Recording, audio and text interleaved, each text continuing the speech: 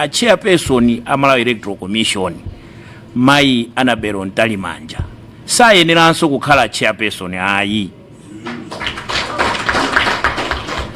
Ndeti manena kuti chifukwa chani sayena kukhala chairperson? Chifukwa chakuti iwowo kunyumba kwawo akamatuluka kupita ku ntchito ya kumeki mmenemo muli makaka amale Congress Party nyumbamo. Mmenemo loko akamaja amangoganiza amale Congress Party.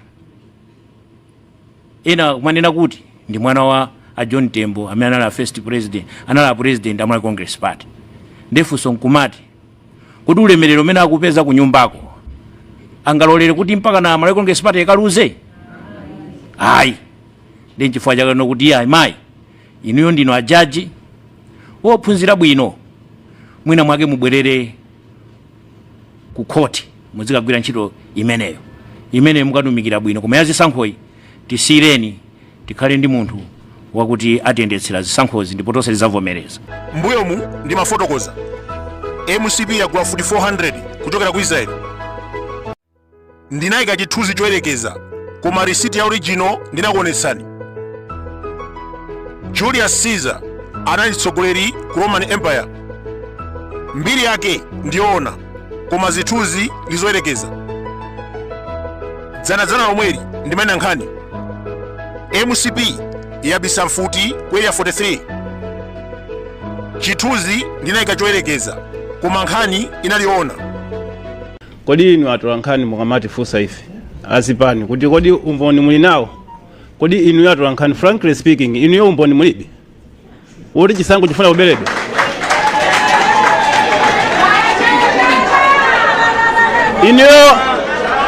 Inu atola nkhani tatiuzeni. Malawi Congress Party ndimeki. Malawi Congress Party ikumagawa chimanga, akamafuna kugawa chimanga akumauza anthu kuti apereke ma ID, akumatenga ma ID number. Chimene chosichi zindikiro chimozi choti afuna kubela. Ndipo system imene tikumakuuzani kuti ife sitikufuna system iyi, system ndiyobela. Zimene azapanga zokuti mwina lero ndikufotokozere, mwina ine sana kufotokoza. System iyi izakhala kuti inu mukapita kavota electronically ngati mukayika chala chimozi. Ndi ma ID amene akutenga panowa, akapasa anthu chimanga. Akutenga ID yanu, azapanga duplicate. Ngati inu mwavota kamozi, ID yanu anatenga kale, izikakhala ngati mwavota kawiri. Ndipo ino simuzazaziwa. Mazulo aiza kupasa ni malizaso center ino avota anthu 10,000. Koma 10,000 kumene achokera ino simuzaziwa. Muzango uside kuti panopa avota 10,000. Chifama avoto aiza panga duplicate. Inu Thomas Didimu anauzidwa kuti Yesu wauka amakayikira. So pankhani ya lero US dollar $100 pamapezeka chithunzi choyerekeza. Chifukwa palibe amene amamudziwa George Washington. Palibe anamuona nkhope yake amene anamuona danthu imeneyo. Sabata latha munalonjeza kumela kuti pofika kumathero a sabata yomwe yathayi mafuta akhazikika kuno ku Malawi. Anthu anali nchiyembekezo kuti ayi ma track 44 akufika, mafuta ena abwera atsikira kumatindi. Pano pande agwire chana Malawi chifukwa choti munalonjeza sabata yatha, pano mukuti tibwereranso. The question is, when will the fuel availability stabilize in Malawi? Thank you. Koma pano ndipepese kuti chiyembekezo chathu ndi chiyerekezo chathu chimene tidayika taphonyapo.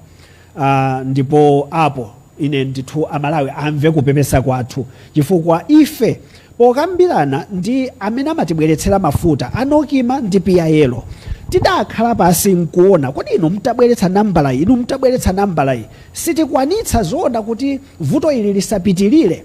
Ndipo titayika pamodzi ndondomeko yathu zidaoneka ngati kuti zitheka.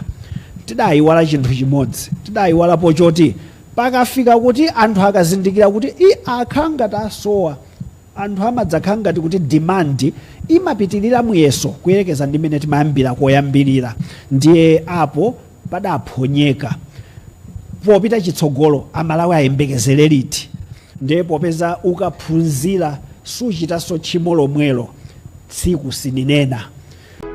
$100 pamapezeka chithunzi cha munthu amene amwalira kalekale 1799. Chimene chija ndi choyerekeza.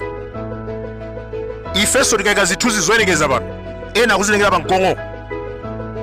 Ndetu kudabwa boma la Malawi likusaka $100 kusaka $100 imene pa chithunzi choyerekeza. Dzana timanena kuti boma labweka ndalama ku maloko banki linatchula mabanki ngati FDH, Standard Bank, National Bank abweka ndalama kuti agule mafuta. Kuonjeza pamenepa anayesera kubweka $100 million ku Badea. Asilamu amenewa anawakaniza. Chimene awapatsa ndi $50 million yogulira mafuta mwezi umodzi. Timvetsesane pamenepa, sanapatse ulere, apatsa ngati ngongole. Pamene timanena nkhani zimenezi, ena amanena kuti propaganda. Tidali ngongole ya pafupifupi 75 million United States dollars. Kunjako uku ku Badeako kwabwera 50 million. 50 million yotayipereka yonse yabweza. Komanso tikuchita izi tinayesetsa kugogoda m'mabankimo, ndipo m'mabankimo tiyamike kwambiri atithandiza. Ndipo ndalama imene yapezeka kuyambira sabata lathalija kufika pano yafika nthopa pafupifupi 20 chakuti million. Ndikuti tikatero munthu ukambwezera unali naye ngongole ya 1 million kwacha, tsono iwe unakampatsako 600,000 mawa akhoza kukubwerekako ndithu chikho chomwera madzi. Ndikunena pano ndionena kuti ili momvelelera kwambiri, singapitirire 10 million imene tikuyesetsa tsopano kuti tithanirane nayoto.